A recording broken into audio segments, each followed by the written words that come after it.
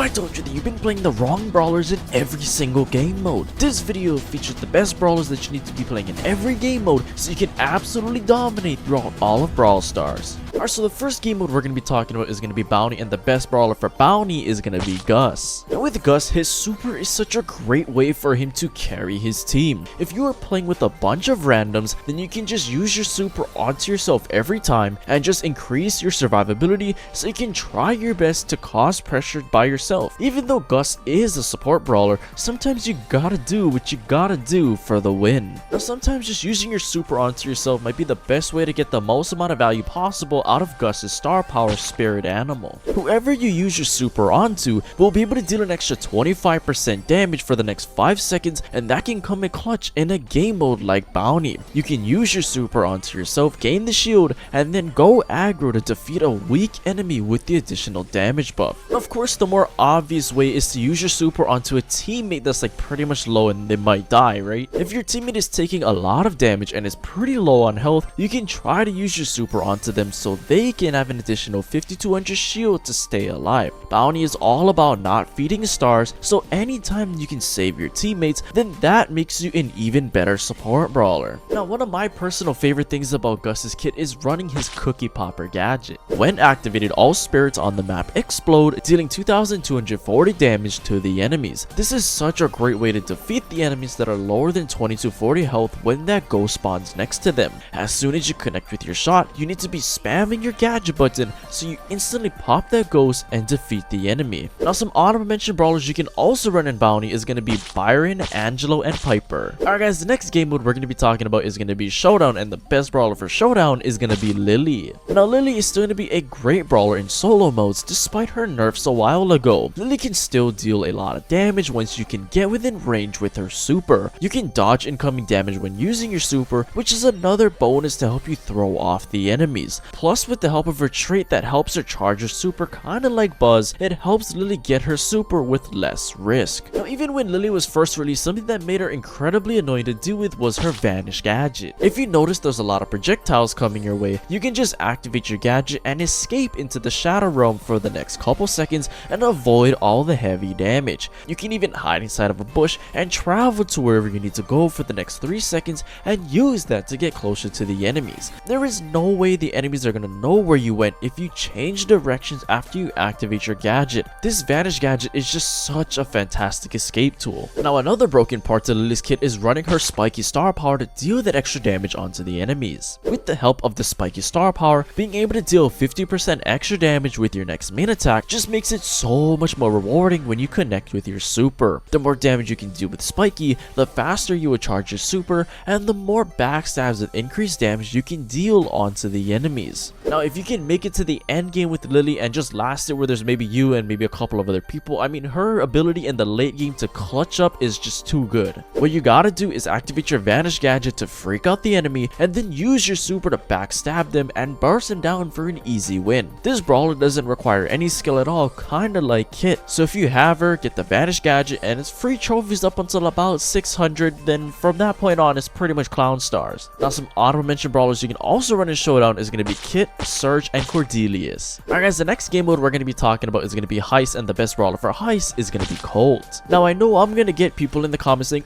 Brent, how can Colt be the best brawler for Heist when you have other brawlers like Colette and Chug and okay, just hear me out on this, okay? The thing that makes Colt so consistent in Heist is that he doesn't need a super like Jessie, Nita, and Colette, for example, in order to deal a lot of damage onto the safe. Colt with his main attacks alone can easily melt the safe if he's left unattended, kinda like Melody too, but for a different reason obviously. Now one of the reasons why Colt is one of the best brawlers in Heist is because of his amazing build that you can use for him. For Heist, you want to be dealing as much damage as humanly possible when you are at the enemy's Heist safe, right? Well, by using Colt's speed loader gadget, the Magnum special star power, the reload gear, the damage gear, plus his hypercharge, I mean, that is just such an insane build that can help you deal loads of damage within seconds. Now, I kind of want to elaborate on Colt's hypercharge dual wielding a little bit more to explain why it's so good for Heist. When activated, the separation between the two streams of bullets of Colt's super is increased from 0.5 0.33 tiles to 0.73 tiles. He also gains a 26% speed boost, a 25% damage boost, as well as a 5% shield boost. This will only make Colt an even better pick since you can double the amount of DPS with 2 streams of bullets being fired out at the same time. Now the downside with Colt is that he is more of a higher skill cap brawler, and you probably will have a little bit of a harder time playing him compared to some of the other brawlers that really dominate in heist. Even though the heist safe isn't moving, the enemies obviously are. If you aren't good at Colt and aren't clipping the enemies consistently, not only are you sabotaging your team,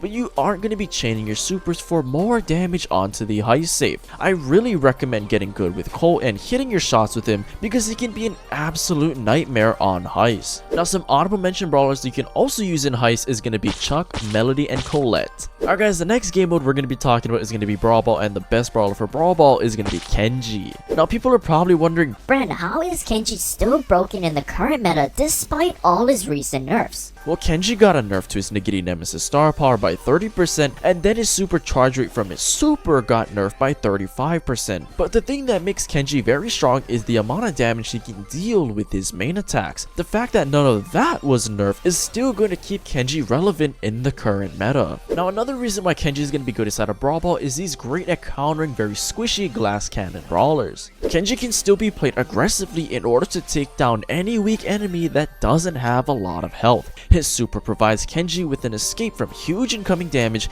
and that can be used to hit enemies from a distance. Kenji is still going to be a beast in the current meta. Now, the current meta inside of Brawl Ball is picking these very aggressive, high health tanks and assassins, and what better brawler could you use in this game mode besides Kenji? As I previously stated, Kenji's reload speed and high main attack damage is still going to make him really solid for a game mode like Brawl Ball. You can use walls and bushes to get closer to the enemies and deal huge amounts of damage to slash up those enemies. Now, when using Kenji's super, I always recommend to players out there to try and hit as much opponents as possible. Even though the most ideal situation is to hit targets at the origin of your super, being able to hit enemies that are caught anywhere in the X is a W in my book. 2600 damage is nothing to joke about, but dealing that 5200 damage at max level is obviously what everybody needs to be aiming for. Now, some other honorable mention brawlers you can also use in Brawl Ball is going to be Daryl, Surge, and Mo. Alright guys, the next game mode we're going to be talking about is going to be Gem Grab, and the best brawler for Gem Grab is going to be Jean. Now, since Jean's attacks have a very wide spread angle, it is very effective at checking bushes. This is where running the vision gear comes in very handy. Jean's scouting is unmatched, and especially when combined with the vision gear, the enemies will have no shot at being able to hide from your team. This can be useful on most of the Gem Grab maps in the rotation like Last Stop and Hard Rock Mine, where there are a lot of bushes. Having constant vision of where the enemies are will make it even more difficult for the enemies to make a play onto you. Now, what I also really love about Jean's kit is the fact that you can just poke away at the enemies and prevent them from healing, kinda like Crow. Jean's ability to chip away at the enemies from a distance is one of the more annoying things about his entire kit. You want to always keep your distance and slowly lower the enemy's health, or just prevent them from healing up in general. This will keep the enemies back and allow you and your team to gain more control throughout the map. Now, one of my personal favorite things about Jean and his kit is using your super to turn the tides of the game just like that. I would recommend targeting the highest value target in Gem Grab, dragging them into your team for an easy burst down. You and your teammates can target the gem carrier and get all the gems for yourself with just one super. It's easier said than done since amateur Jean players miss most of their Jean pulls, so just really focus to ensure that you hit that super. Now, I know a lot of you guys out there just play with randoms, but you guys really should be using the Magic Puff star power to support your teammates. When using the star power, I recommend sticking to at least one of your teammates at all times so they can passively heal while they attack. This will allow your team to gain more control and pressure since they won't have to stop attacking in order to heal. This will also make it easier for your teammates to passively heal while they're trying to win their lane or trying to maintain control of the gem mine just throughout the match in general. But okay, some other honorable mention brawlers you can use in Gem Grab is going to be Tara, Surge, and Sandy. Alright guys, the next game mode we're going to be talking about is going to be Knockout, and the best brawler for Knockout is going to be Byron.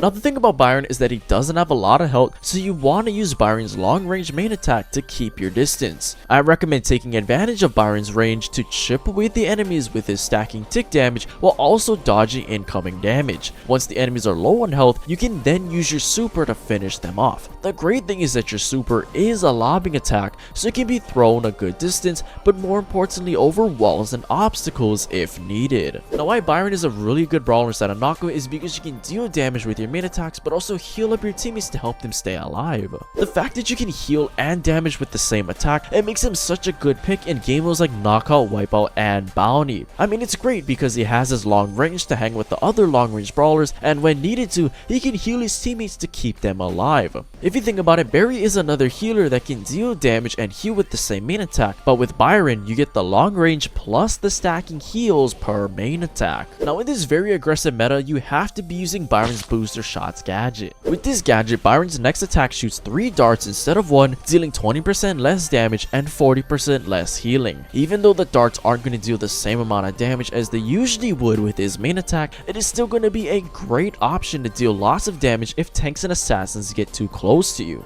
Same rules apply for needing to heal your teammates in emergencies. Just stand directly next to your teammates and hit all 3 of your darts to heal your teammates back up to full health in no time. But okay, some honorable mention brawlers you can also run in Knockout is going to be Angelo, Piper, and Nani. Alright, the next game mode we're going to be talking about is going to be Hot Zone, and the best brawler for Hot Zone is going to be Surge. Now Surge is going to be great for Hot Zone because a lot of the maps cater well to Surge and his playstyle. For maps like Parallel Place and Dueling Beetles, those are maps that Surge can really thrive on. Surge can use his super to leap over walls and surprise enemies that could be trying to hide and heal up from you. Even using your super to jump onto the enemies and deal that extra damage can be huge for maintaining control of the Hot Zone. Another reason why Surge is going to be pretty good inside a Hot Zone is because you're probably going to see a lot of throwers, and Surge is actually a pretty good counter to throwers as well. Throwers are always going to be a popular pick in this game mode because they are good for area control, they can be played passively, and you can just spam away at the Hot Zone. Everybody can agree when I say that facing throwers is just super annoying to deal with. Well, when running Surge, you can hop over those walls,